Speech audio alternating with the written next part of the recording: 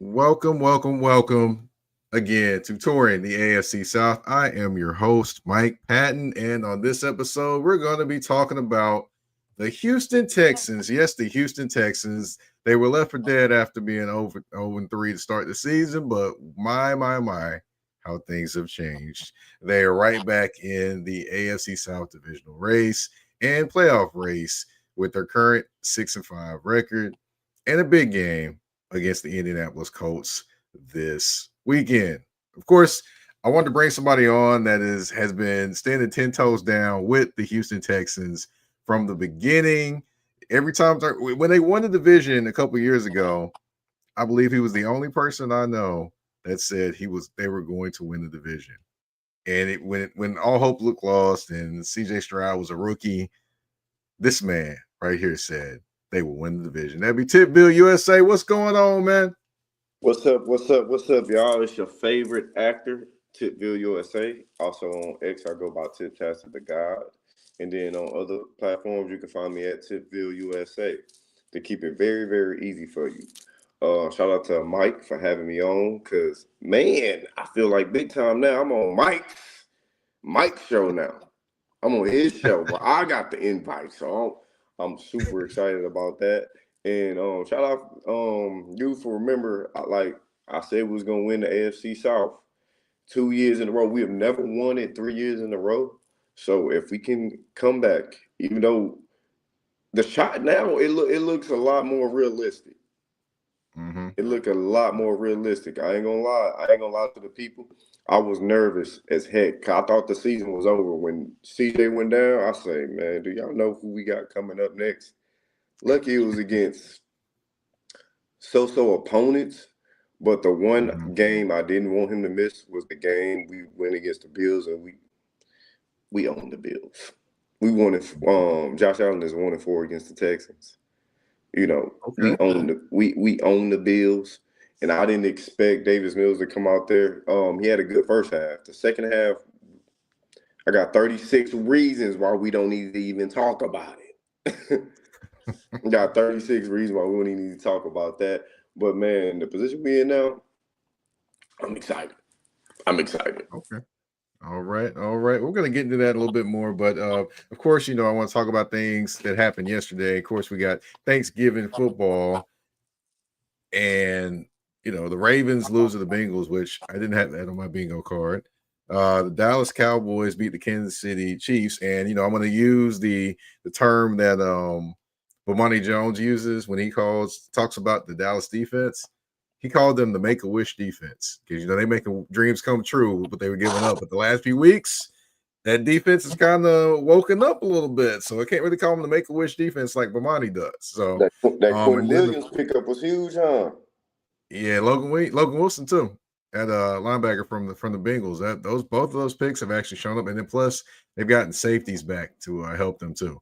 Then also you got the Green Bay offense showing up yesterday, which they've been kind of inconsistent as well. So we'll see what happens when it comes to those different things or whatever. But yeah, to me, I'm like, okay, Green Bay is helter skelter. They show up one week, and then next week they could just basically fall off the face of the earth. And it's amazing to me how they are just so back and forth with what they do. So it is what it is there. But yeah, any other things you want to talk about in terms of some thankfulness in the sports and Oh yeah. anything like that Oh right man. now? I'm super thankful for the Dallas Cowboys. Oh my Lord. When they did the Lord's work yesterday and they beat the Chiefs, I was like, thank you. Because we, the Houston Texans, are gonna put that nail in the coffin next week. Shout out Okay. to shout out to the Bengals for handling the Baltimore Ravens. Even though I'm not gonna lie, if the Baltimore Ravens, if any year I felt like the Texans can really beat the Baltimore Ravens, because Mm-hmm. forget when we blew them out in the bank. That was our first time ever winning in the bank. Basically, everybody was hurt. Our defense was Mm-hmm. rocking, but still watching a team, I was like, "Uh oh, they had some trouble." I said they wouldn't want to see us in the playoffs. A team nobody really want to see in the playoffs is us. I feel, but Okay. we got to see what CJ gonna do when he come back. We got to see what CJ and that offensive line gonna do when he come back. But shout out to the Gotcha. teams that basically helped us yesterday. The Bengals and the Cowboys, man. You probably won't ever hear me thank the Cowboys ever again in life. But for yesterday, y'all did the Lord's work. I hear you there. I hear you there. Yeah, they definitely did some things. I know Cowboys fans are starting to use the P word when it comes to them. That's playoffs. And I'm like, hold up now. Playoffs. Hold up. Yep, right. That's the first reaction I had. Yeah, I'm like, hold up, hold up. Let's string a few wins together. Nah. Let's get consistently over 500. Let's do those things I first. about And to say, shoot, then they won back to back. Eagles, Eagles and Chiefs. yeah, Eagles and Chiefs. So who they play before that?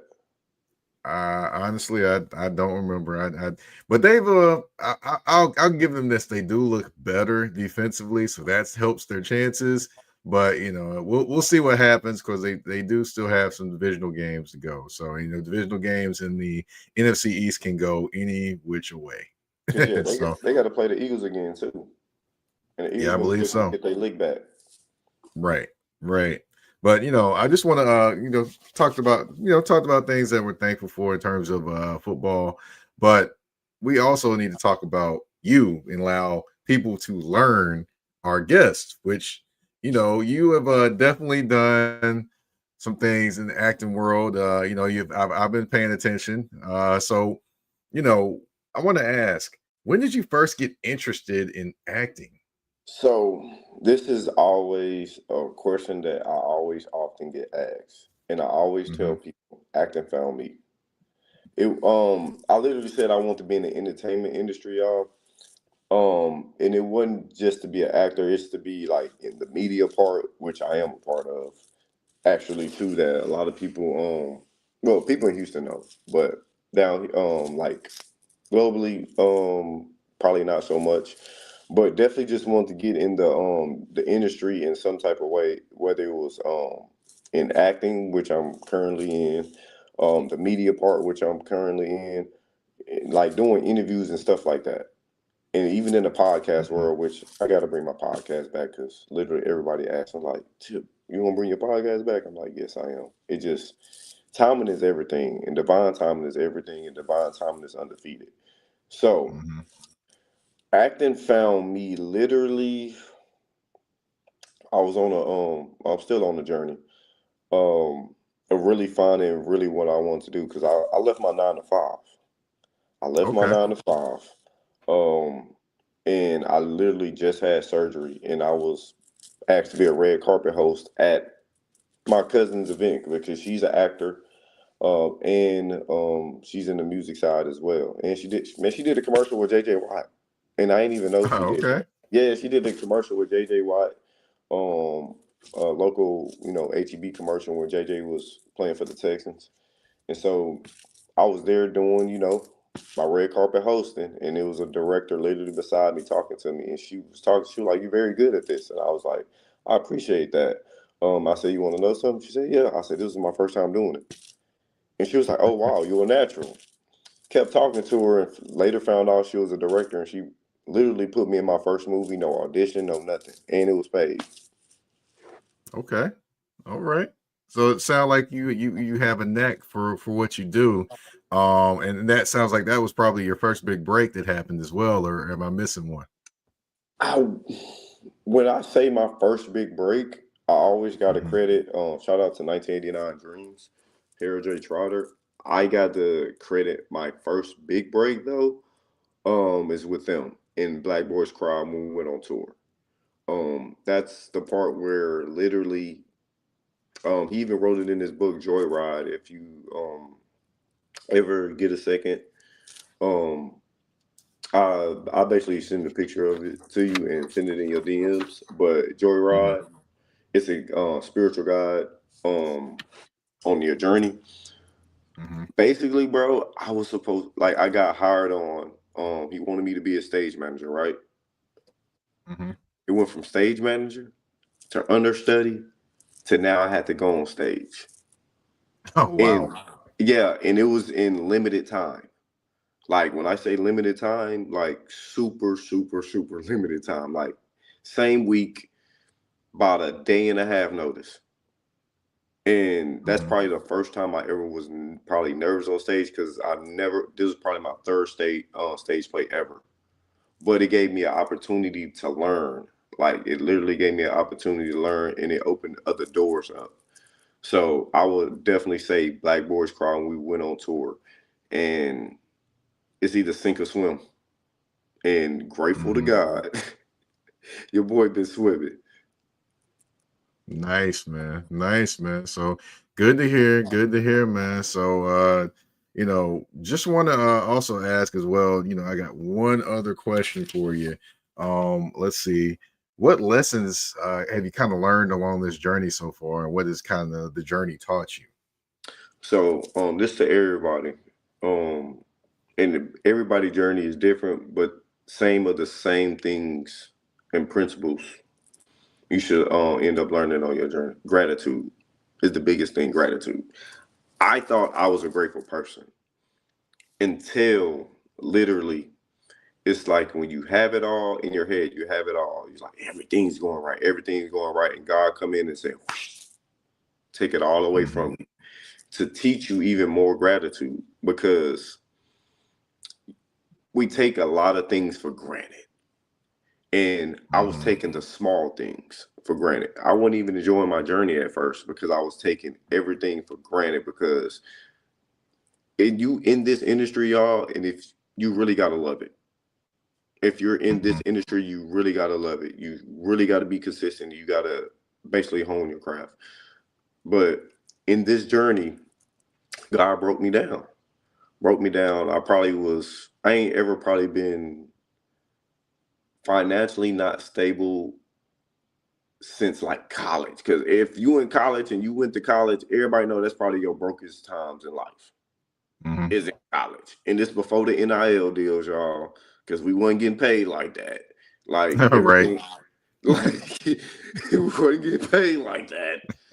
We wasn't getting millions. You know what I'm Hmm. saying? I'm like, damn. I'm like, if I was in this generation, I would have got me an NIL deal.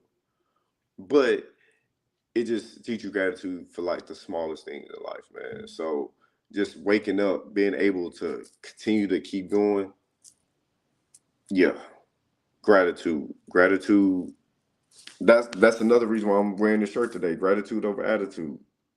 Hmm. Literally, got Okay. to be grateful.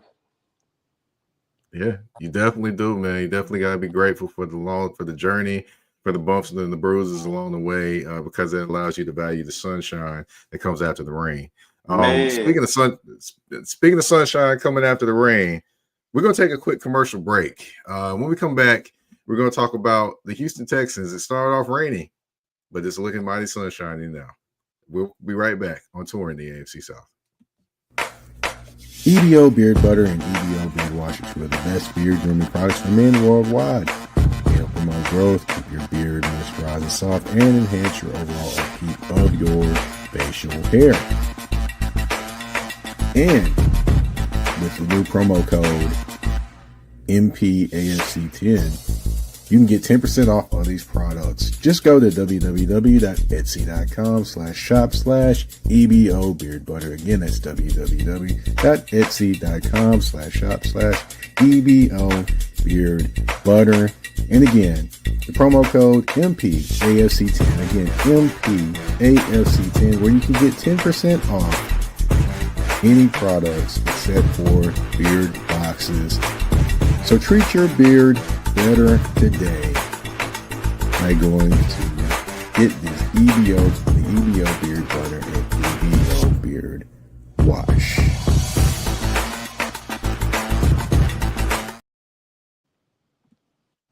All right, and we're back on touring the AFC South. Like I mentioned before the commercial break, everything started out rainy for the Houston Texans, but hey, it's sunshiny now as they're kind of ascending in the AFC and the AFC South in general. But of course, before we get to the sunshine, of course, like I mentioned, we still got to talk about the rain in which they started the season. You had, everybody had high hopes looking at this defense, looking at CJ Stroud, Nico Collins, the weapons there. and thinking, okay, Joe Mixon will be healthy, and you got Nick Chubb to that. So the feelings, I want to know your feelings, what they were like before the season started, looking at this team, looking at this division, and how did they kind of change once they started 0-3 with losses to the Rams, the Bucks, and the Jaguars in kind of a late game fashion. All right, so with the Houston Texans, and even I had to realize, even when we started 0-3, we were still good. I was like, man, I still got hope. I say, man, I didn't have hope of winning the division because the Colts started like literally. I was like, damn, I'm like, man, the Colts really acting up like this. But a lot of people don't know the Colts really have a talented team. They just had AR at quarterback, and then they had Flacco last year too. Like it wasn't like any like consistency at quarterback for real, for real. Us starting 0-3, man, I didn't expect our offense to look like that. Our defense is the only thing I've seen that was consistent. I did like the pickup of C.J. Gardner-Johnson, but watching them play on the field, I was like, this remind me of that Ed Reed situation. Is when Ed came off winning the Super Bowl, and he ended up leaving the Ravens and coming to us, and it was like, nah, this ain't the same Ray. Well, not Ray, Ed. So, and offensively, that Joe Mixon being hurt really hurt us because people don't understand how valuable Joe Mixon was for us last year. He can run outside and inside. He can catch the ball out the backfield, and he's a good blocker as well. And so, and then, if Dalton Schultz wouldn't CJ checking it down the mix. Mm-hmm. And then it take pressure off of Nico.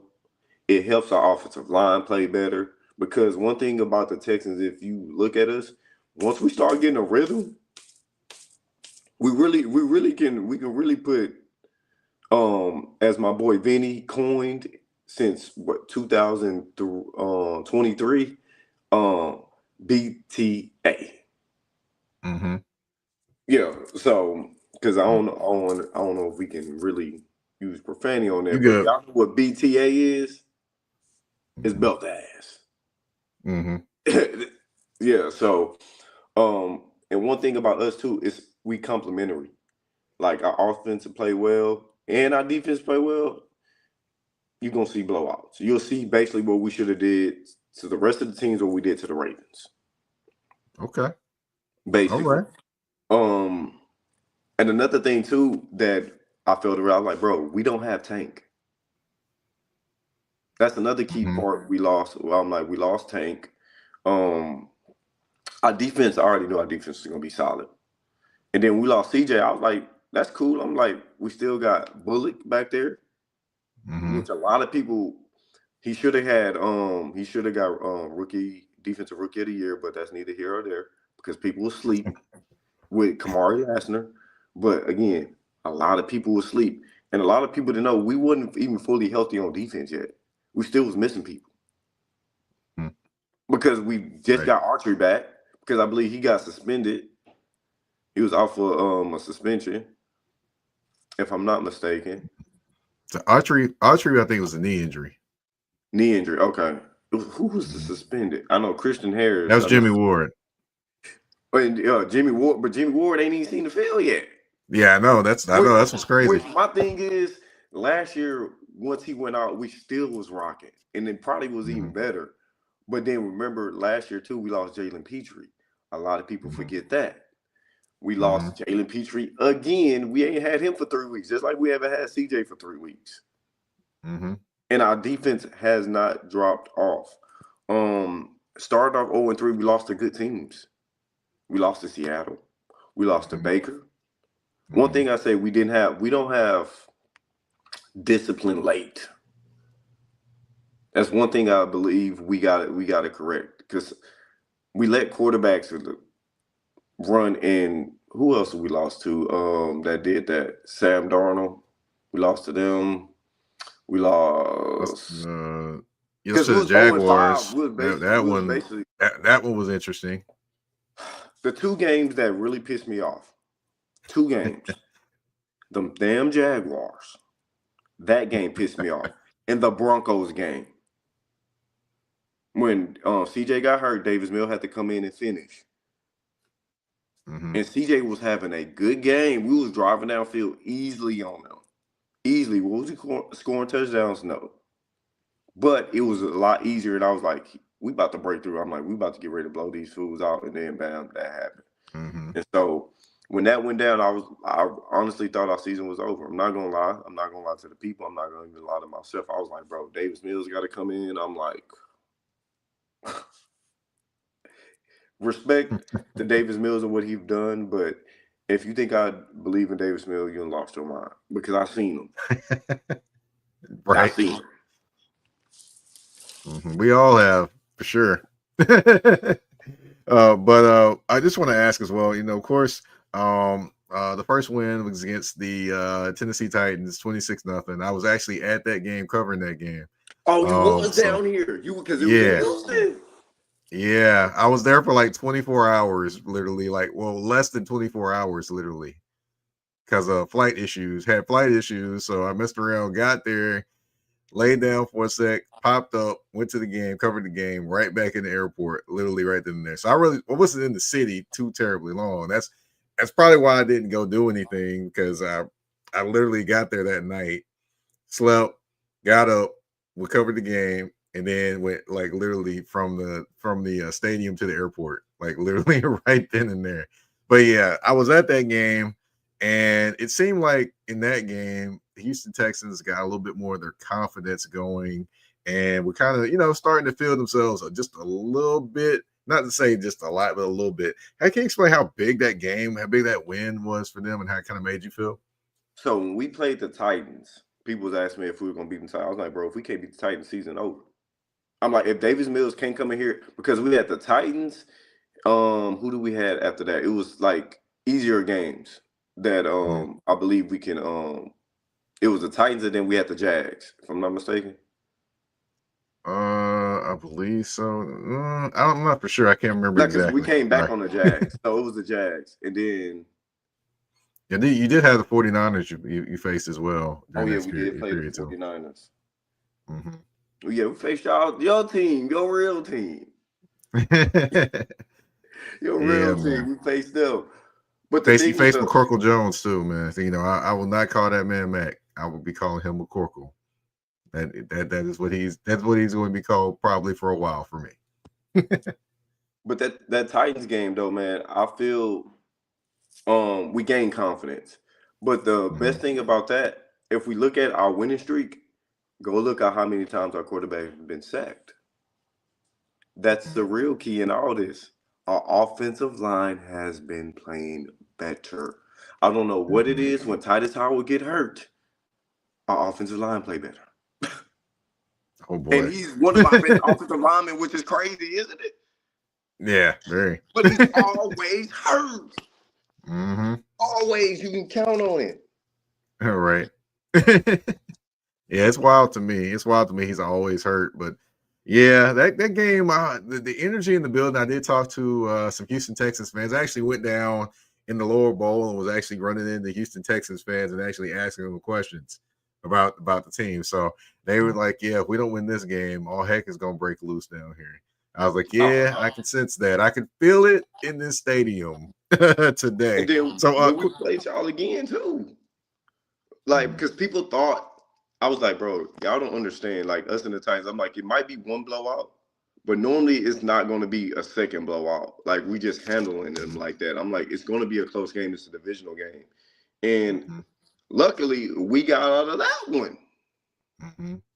And just like even with the Jaguars, it was the Jaguars. And when we came back, and it was a penalty. And we almost choked away that one, even though they choked it away.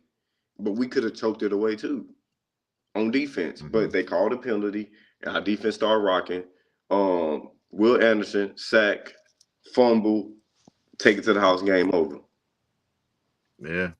I mean, definitely the Houston Texans defense has been kind of the constant for this team, I should say, during all the struggles, all the inconsistencies offensively. How thankful are you for that defense? And how they have definitely been able to hold you steady. I mean, I still remember watching the Seattle Seahawks game where they got like 4 or 5 turnovers and literally kept the Houston Texans in that game. There's no way that the Houston Texans should have been in that game the way the offense was playing, but yet here they were still with a chance in the fourth quarter because of that defense. I mean, how thankful you have to be for that defense.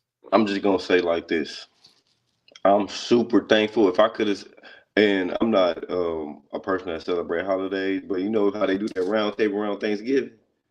Mm-hmm. I would have been like, I'm thankful for the Houston Texans defense because our defense. I've been saying this whole year. The Houston Texans has a Super Bowl caliber defense with a high school offense. Oh man, it's high school. Say skip college, we're going high school. Only because, man, like I'm not confident in our offensive coordinator. I think we need to get more for us. But I believe if we get in the playoffs, we can be that team that can really make some noise. Like really, really make some noise. Because my expectations of the year was AFC Championship or bust. You at least got to get to that game because we never got past the second round. You at least got to get to that game. If you win it, I wouldn't be as disappointed if you lost it. But if we win the AFC Championship, go on mark this down, Mike. Go on bookmark it. Tell Twitter, all them to bookmark this. We get past the AFC Championship, I'm guaranteeing a Super Bowl victory. Okay. All right. I'm making a note right here on 11/28/2025 at 9:30. 9:30, the Houston Texans. We win the AFC Championship game. We're guaranteed. I'm saying guaranteed we're going to win the Super Bowl. Because if any right here. If any year for us to win with a subpar, no, because they ranked 31st. Trash offense. If CJ can come back and literally, what quarterback I want to use? Because you ain't even got to be Brady. You can be Eli. If you come in and you can be Eli, because our offense, along with our offensive line, because Davis Mills missed some throws that pissed me off. He missed throws, and that's the difference between him and CJ. CJ missed some throws too, but CJ got time. He's a top 5 quarterback in the league because he got certain things. He got certain things that Davis Mills just don't got. Right. So if we can get that and compliment, thank you defense, because this is Ravens defense. This is Seahawks defense. Like, we have one of those defenses. This is Bucks. This is Bucks 2002 defense. We got the corners for it. We got the nice line for it. Our linebacking core is underrated, which I told a lot of people that can be probably our weaknesses, our linebackers, but our linebackers are highly underrated. One guy I thought, I've been thinking about, and it's like, if he could only stay healthy, Christian Harris. He just cannot stay healthy. If he can stay healthy, you put him with Aziz, that would be nice, but he just can't stay healthy. And one thing about Aziz, I love Aziz. He's in that fine line though. He's a fine line. Every roster need one of these fine line players that's going to finish of a whistle. He might cost you. Oh yeah. He might cost you. But you want players like that on your team because he gives energy. His teammates back that, and we need that. You need that person that he can go sideline to sideline. He can read the hole. He can go fill the gaps. Like, he's one of them. Even with Henry To'oTo'o, I'm glad he's starting to tackle better because Henry To'oTo'o makes plays. He just do this. We never got taught to tackle like this. Head up, chin up, so you can see him and you can run through. Right, and not jam your neck. Yeah, like, bro, y'all trying to last in the league because y'all already know y'all ain't us. the rules are softer, and y'all still having soft tissue injuries, and the tackling looks a lot worse because everybody want to try to go for this and this with your head down instead of looking through and running through them. But Yeah, that's true. Yeah, it's 10 out just of 10 grateful for the defense. yeah. I will say this though, when Azeez Al-Shire was here for the 1 year he was here in Nashville, he was always one person that was always willing to talk to media. And literally, when I'm in the locker room, one time I still remember this. I was all the way across the room. I had asked him about an interview. He said, "Yeah, come back to me. I'm still, finishing, getting ready, whatever." So I went across the room, did another interview, was going back, and he was getting ready to start the interview. He actually saw me coming over there and said, "Hold on 1 minute. Let's wait till my man gets here over here." So I was like, cool. That was just ultimate respect right there. Every time I talked to him, always cool dude, always had something to say, always kept it professional, and hey, always appreciate him for that, for sure. Hey, shout out Al. I like that story. I like hearing stories like that because I ain't gonna lie. Being in this industry, one thing again, I'm grateful for it, but I'm also grateful for the people that come support and spend money. So it's like if I'm writing autographs and stuff like that, I make sure I hit up everybody because sometimes people be scared to ask. I'm like, you want me to sign that? I'm like, bro, y'all spent y'all money here. You got to understand this is a hand in situation. I don't elevate if you don't believe in me neither. Because the fans help make us. We have the ability, but the fans' belief in us help make us too. So it's always a hand situation. And to hear stories like that, to be like, hey, nah, I talked to him already. Come on through. Shout out him. I love hearing that. Yeah, definitely, man. And then of course, we got somebody that we both know, D, coming through saying, "Yeah, Tip." Hey, appreciate that, D. Shout out Sports and Coffee. If anybody I can tell you believed in me and helped me and backed me like crazy is D. Like D. Shout out D. Yeah, she's good people. Good people.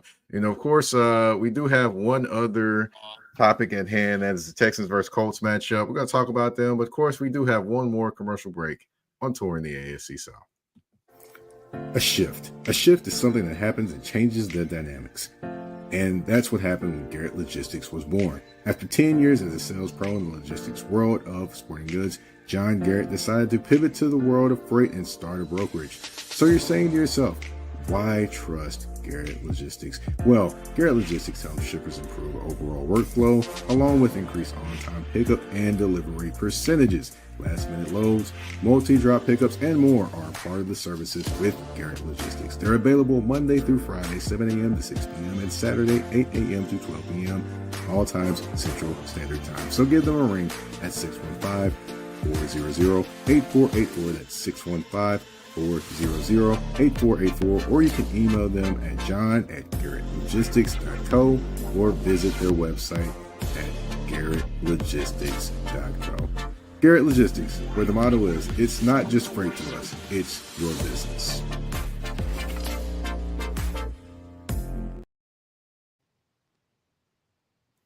All right, and we're back on touring the AFC South with your host, Mike Patton. And like I mentioned before the break, Texans versus Colts, big game this Sunday. And, definitely, you would say maybe 5 weeks ago, you probably wouldn't say this would be that big a game. But in this week, with how things have gone, the momentum the Texans have picked up, the Colts kind of leveling off just a little bit. Not necessarily leveling off to be, average, but they're still above average, but not necessarily as strong as they started out the season. But getting back to it, this matchup is definitely going to be something that I am looking forward to watching, especially this with the Texans defense versus Colts offense. We're gonna get to that in a minute, but like you mentioned, CJ Stroud should be back for this game. How excited for him to get back and to send Davis Mills to the bench? Because I'm pretty sure you've had some frustrations watching Davis Mills perform at times. I will say he's done better than I thought he would do as the starter. But winning 3 games. But CJ Stroud is the quarterback for this team. And how excited are you for him to come back? I'm super excited for CJ. The only thing I want CJ to do is I'm gonna give Davis Mills credit because you can check down my timeline. I think he's terrible. But anyway, I think he's terrible. But the one thing, he was giving it to Nico more. But what I liked more, he fed Hicks. Hicks has had a touchdown in 3 straight games. If I'm not mistaken. Hicks. Higgins. Oh, yeah, Higgins. I love my Iowa boys. That's the only thing I want CJ to do is to get them involved more. Because Knowles, if people ain't like special teams, seeing him in special teams, Knowles be getting us in good field position. Like shout out to our punter too. A lot of people know he came from the Chiefs. Shout out him. But as long as CJ can do, like I said, he can just be Eli. You can be a game manager. The best game manager is the GOAT. And that's Tom Brady. And I'm not saying it like basically how Cam Newton said he can manage the game. Now, can he go out there and win it as well? Yes. And you can give him the keys to the car, yes. But the thing is, Brady made a career. He'll take that check down. Shout out to Kevin Falk. And then you got James White now. Yep. He'll take that check down. Him and Schultz got a good connection already, a good rapport. And then just trusting again, other than Nico. We ain't got to be just super Nico heavy, but Nico do got to get the ball more because he wasn't really getting the ball with CJ. And then our line was not protecting as they were protecting now. Now, when the line was protecting, CJ still had happy feet. So watching now, and our offensive line playing better, man, and with this Colts matchup, CJ, you got a defense we can lean on. You can take a couple. Don't take stupid chances. You can take a couple of chances and then just trusting your guys. That's the most thing I can say for CJ is trusting your young guys because they're going to help us propel. Because without them, we not. Because without Higgins doing what he doing too, like we could have lost some of those games. That's true. Like we literally could have lost some of those games. And it was sometimes before CJ got hurt, he was missing them. He was just missing them. So it just he got to be calm and collective in the pocket, and man, the sky's the limit for us when he plays like that. Now we'll tell you, just to give you a quick background of you talked about CJ hitting open people. Watching the Texans and Titans game, there was one play in particular that stands out to me. You have Dalton Schultz and you have Nico Collins both streaming down the field. They're both open on the play, and he throws it, and it lands in between both of them. Like neither one of them could have caught that ball. Either one of them catches it, it's a touchdown. But he just was off that play, and I was like trying to figure out. I'm like, what is going on here? It's one of those moments where it's almost like he was seeing ghosts, like David Carr was seeing ghosts back when he was the quarterback for the Texans. So it kind of like in that moment, I was like, what is going on here? But and good protection. Yeah, it was good protection on that play. Like this, and then I'm like, what are you doing? I'm like, you running into the sack. Step up, bullet that mug in, and boom, TD. Now I will say this: the second half of that game seemed like he got things together. Whatever they worked on at halftime, or whatever adjustments they made, but one of those adjustments was putting Woody Marks in the game more. But yeah, whatever adjustments all they made at halftime, they worked great because after that, offensively, they were just getting at the Titans defense, which the Titans defense has been on the field the entire game, and they did not get inside the 20-yard line. The offense did that entire game, which speaks to the level of the Houston Texans defense. But getting back to the Houston Texans offense, they're facing two corners that are very, very talented, and Mooney Ward and Sauce Gardner. Now, Sauce Gardner has a tendency to guess, so I suspect the Houston Texans will have some things for that. But Mooney Ward is a pretty solid corner, plays a pretty technique a lot. So with those two guys out there, I mean, what do you expect out of this passing game versus those two talented corners? So, me personally, if you follow my track record, I'm not a Sauce Gardner fan. I know. I've never been Hold'em Gardner. like I'm not a Sauce Gardner fan, and so my thing is Mhm, I believe they can be had, but mhm, it all starts with Woody Marks and us running this ball because that's really gonna open up everything. Um, and then I believe we can attack the middle of the field. I believe we can mhm. attack the middle. We ain't got to just go on the outside, man. Attack the middle of the field, soften it up, and then we can start hitting on the outside. Because if Sauce going against Nico, give me Nico, Mhm. give me Nico. Or so if he going against Higgins, give me Higgins. It just, man, Sauce is a good corner. I'm not gonna act like he's not a good corner. Me as a person who played corner before, and Mhm. he's in almost like the Marlon Humphreys with me. They just hold too much for me. I, I'll tell you this. The one thing I'll say about Sauce Gardner and just from watching him play, he has all the attributes to be a lockdown corner. But the thing that I think kind of frustrates me about him is he does guess a lot, which I'm like, I understand, doing your homework, you're gonna guess a lot because you think you know what's going on. But the other thing that kind of messes with me is the technique, because I played safety all the way through college, so I can tell you the different things he is and isn't doing and stuff like that. Plus, I played corner before I moved to safety, so I can tell you that too. But basically, the thing with me is the technique wise, if he sharpened up those technique things, like when he's jamming people, not lunging at them and then falling behind and then getting stacked up by the receiver, or when you're supposed to line up inside instead of outside when it comes to coverages and things like that. If he Mhm. straightened up those things, he would be a even better corner than what he is. But because he doesn't, and kind of depends a lot on his ability and his attributes, that's where I think he goes from, sometimes being a really good corner to really bad. And that's why those swings happen so heavily to me for when watching him. I'm about to say, man, you know who he kind of sound like? Just to me, probably a little less is Pat P.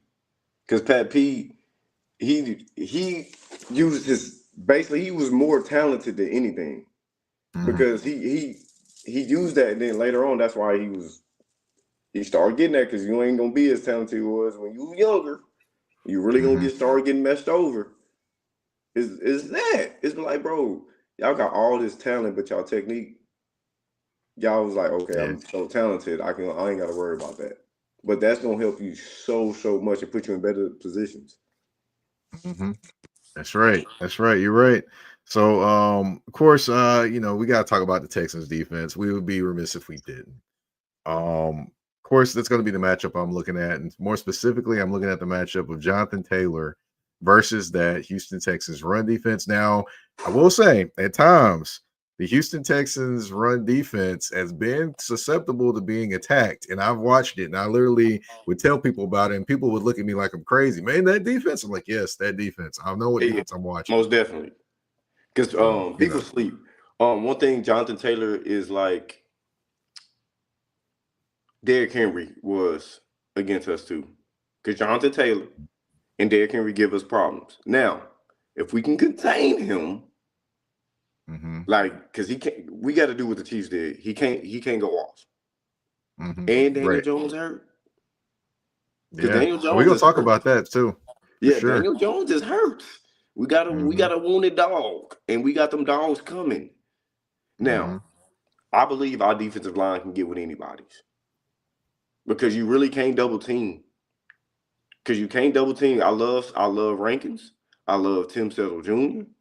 I love hmm Autry and Barnett because we can switch out. Did y'all? I know you probably seen last week how we hmm brought them in on the long downs, like first and hmm second. Like, yeah, we'll put the other ones in. Then we put in that to Neil Hunter. Then we give hmm Will the Thrill Anderson, and hmm we man, it's gonna be a good game. But most thing, our linebackers got to stay disciplined. They got to tackle good because if you don't tackle JT down, he gonna scoot off to the hmm races. So man, the Right. biggest thing is our front seven. hmm They gonna be the key to victory. CJ gonna do Yeah. what he do. I think it's gonna be a close game too. I don't think it's gonna hmm be like any blow. I think it's gonna be one of these AFC South. You gonna have to scratch this one out. hmm Yeah, it's just to me, thinking about this Control game and JT, to we think, win.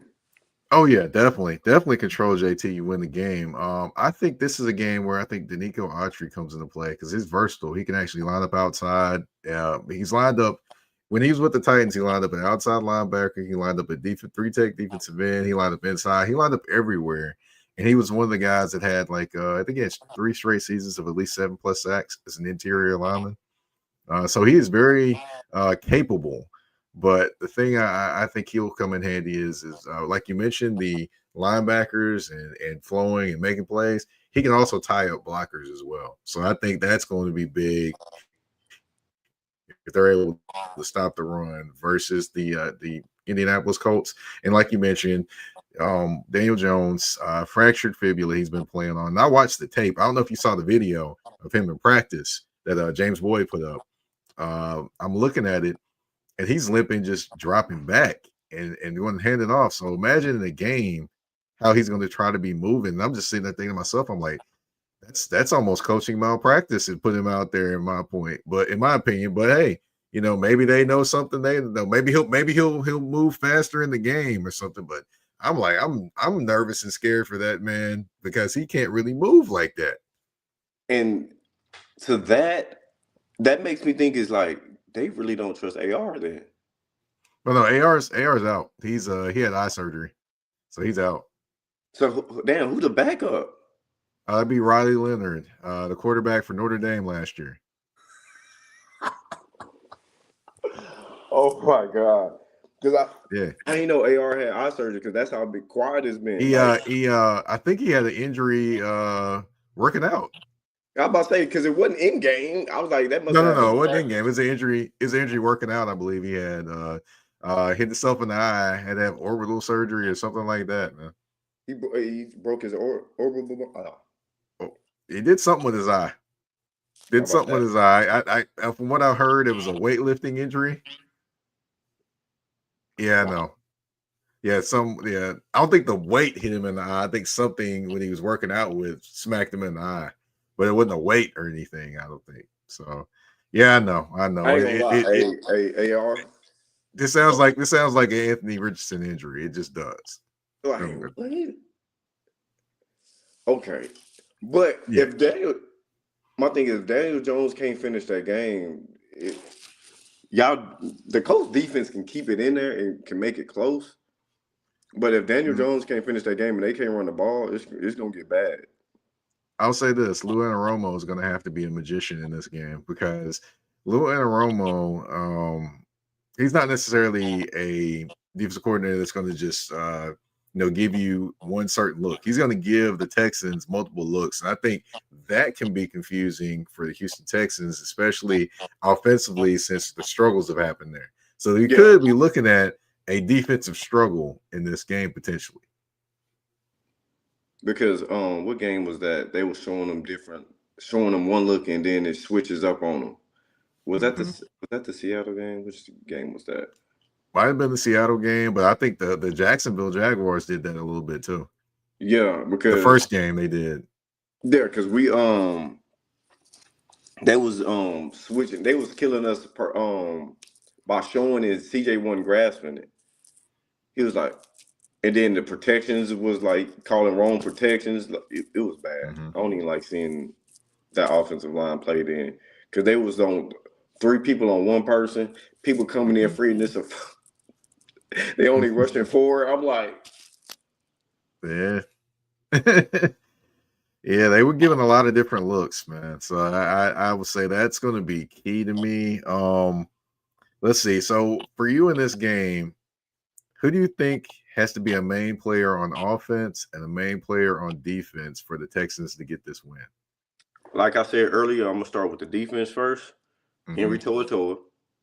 Okay. Henry To'oTo'o. And on offense, Woody Marks. Okay. Yeah, Woody. I'm gonna try to pronounce his first. Barcavius, I think is how you say his name. Jacarius. I was thinking about Mingo from LSU. That's where I was thinking about it. Yeah, and so they just call him Woody. I keep hearing it like every week now that He loved Woody when he was younger, and that's why his mom called him Woody, because he's like, that was gonna be a hard name to pronounce it. And I'm like, But now I'm Woody tell his Marks mom thank you. line is our biggest key component to this week. We run the ball good. It's gonna make it even easier for CJ. It all starts and begins in realistically with anybody in the trenches. I'll say this also too. If the Texans get on 3rd and 1 or 4th and 1, and they run Woody Marks in between the tackles, I'm gonna lose my mind. I'm going to lose my ever loving mind because I've seen it happen. I saw it happen live a couple times too, and I'm like, what are we doing here? What He's not going to get that. He hasn't got it all season, but you still try to run it. Put Chubb in for those. Woody got stopped behind the one thing last week though. Woody did get stopped. He just kept running and slipped through. But my thing is Nick got to call a better game. Yeah. He just do. Like in the red zone, it's like he get to the red zone, then it's all of a sudden it's a deer in headlights, especially when we by the goal line. I'm like, bro, why are you calling this play now? Knowing they're going to push our offensive line in the backfield because they definitely running it because they've been running down our throats now. I'm like, sometimes it's nothing wrong with a little play action. There's nothing wrong with trying to do the tush push. There's nothing wrong with doing that fake tush push like Mark Andrews did. Come around. CJ got athletic ability. He does. Like, we just got to. Yeah. To me, from last year to this year, he started running more. CJ started taking it and running more. I'm like, okay, CJ, like show him the wheels because he ain't the fastest now. He ain't the fastest, but he can go. Right. I mean, he definitely, he gets out there and does what he does. But yeah, I don't know if you want to see him run as much, but hey, I understand definitely using the wheels and things like that. But you got a score prediction for me for the game on Sunday? I want to say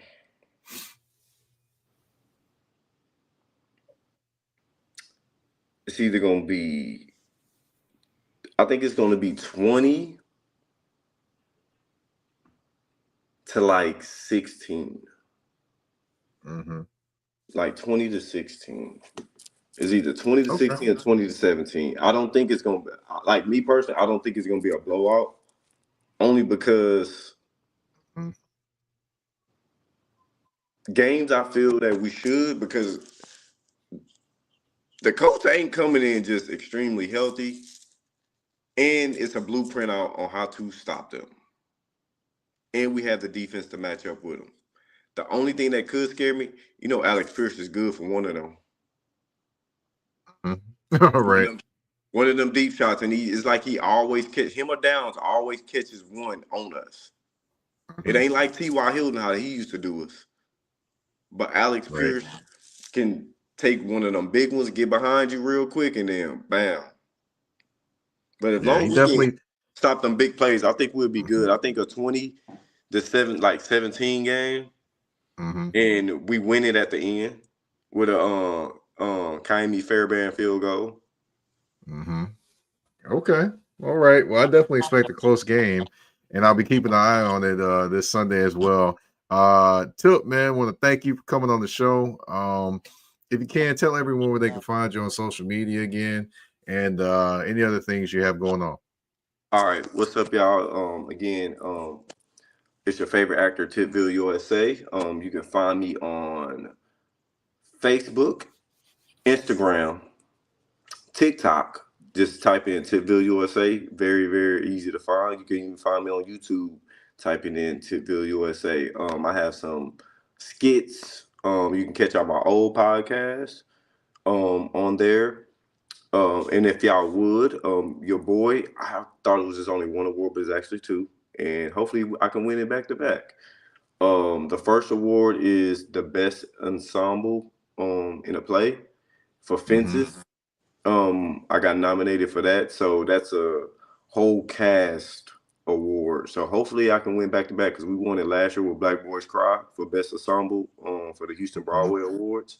And this year, for the first time ever, is my first solo award nomination for Best Supporting Okay. Actor in a Stage Play. So I'll send you the link for that. But yeah, if y'all could vote for your boy, man, as Best Supporting Actor in a Stage Play and Best Ensemble in a Stage Play in Fences. So shout out to God, man. He did his big one with that. So remember the biggest break question too? If I would have had to add that in there too, Fences was probably my best. It ain't probably, it is one of my best performances for me personally and clearly to the public. So make sure y'all go out there and vote. And I'm gonna tell y'all this, because I like to share my journey. I'm sharing my journey even more now. The play I got nominated for, you just heard, for Fences, right? I'm gonna come to the camera. Y'all, I did that play for free. Just to let you know that. Nice, man. I did that for free, and I got nominated for an award. Just to let you know, you got to love this, Right, to do this, because I gave them the same performance I got if I would have got paid. And now my work is showing for itself. Like, I be having people reaching out to me in my DMs and all that stuff. It was like, and again, I did that for free. I did that to get the reps in. I did that to keep going and to get better. So again, just to let y'all know, I did that for free. Hey, you gotta do it like you said, man. If it's something you love, you gotta get the reps in. You gotta do what you need to do, man. In order to you gotta see the bigger picture, like like you were saying, man. You gotta trust God and not trust your own instincts in terms of what you want to do and what you are trying to do and what He's leading you to. So I definitely get that one, man. Tip, man. Thank you for coming on the show. Of course, I want to thank everyone for tuning in. Of course, my name is Mike Patton, host of Touring the AFC South. You can find it on all listening platforms, whether it be Spotify, Apple Podcasts, iHeartRadio, Amazon Music, you name it, we are there. And we're also on YouTube at the Mike Patton Network. Of course, if you want to follow me, you can follow me on the artist formerly known as Twitter at Mike Patton 82. That's MikePatton 82. And of course, you can find me on Instagram at THA, not THE _general_MP. I want to thank you all for tuning into this episode of Touring the AFC South, episode 367. We're out. Peace.